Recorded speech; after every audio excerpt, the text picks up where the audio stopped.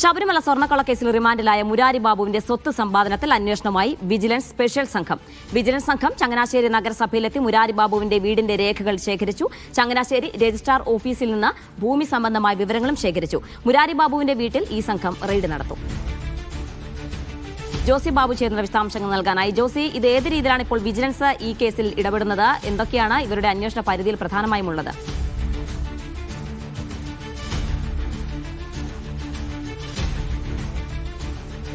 ശബരിമല സ്വർണ്ണക്കൊള്ളക്കേസിലെ പ്രധാന പ്രതിയായ മുരാരി ബാബുവിന്റെ അനധികൃത സ്വത്ത് സംബന്ധിച്ച് സംസ്ഥാന വിജിലൻസ് നേരത്തെ തന്നെ ഒരു പ്രാഥമിക അന്വേഷണം നടത്തിയിരുന്നു. ഇതിനു പുറമെയാണിപ്പോൾ പ്രത്യേക അന്വേഷണ സംഘം പിടിമുറുക്കുന്നത്. ഈ കേസിൽ മുരാരി ബാബുവിന്റെ വീട് നിർമ്മാണം, അതോടൊപ്പം വരവിൽ കവിഞ്ഞ സ്വത്ത് അടക്കമുള്ള വിവരങ്ങൾ സംബന്ധിച്ച് കൃത്യമായ ചില സൂചനകൾ അന്വേഷണ സംഘത്തിന് ലഭിച്ചിരുന്നു. ഇതിന്റെ പശ്ചാത്തലത്തിലാണ് അമാസ്മെന്റ് സംഘം ചങ്ങനാശ്ശേരിയിലെത്തി വിവരങ്ങൾ തേടിയത്. ചങ്ങനാശ്ശേരി നഗരസഭയിലെത്തി വീട് നിർമ്മാണവുമായി ബന്ധപ്പെട്ടുകൊണ്ടുള്ള വിവരങ്ങൾ സംഘം തേടിയിട്ടുണ്ട്. കൂടാതെ രജിസ്റ്റർ ഓഫീസിലെത്തി ഭൂമി സംബന്ധമായ വിവരങ്ങളും പരിശോധിച്ചിട്ടുണ്ട്.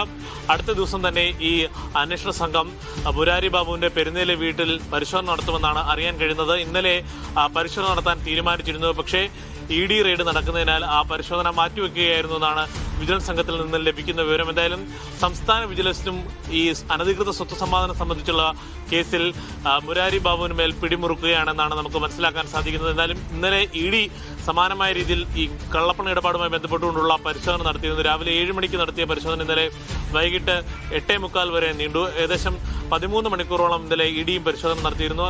പ്രധാനപ്പെട്ട ബാങ്ക് രേഖകളടക്കം ED കണ്ടെടുക്കുകയും ചെയ്തിട്ടുണ്ട്. ഇതിനൊക്കെ പിന്നാലെയാണിപ്പോൾ സംസ്ഥാന വിജിലൻസും മുരാരി ബാബുവിന്റെ സ്വത്ത് സമ്പാദനം സംബന്ധിച്ചുള്ള കേസിൽ അന്വേഷണം ശക്തമാക്കുന്നത്. ജീന.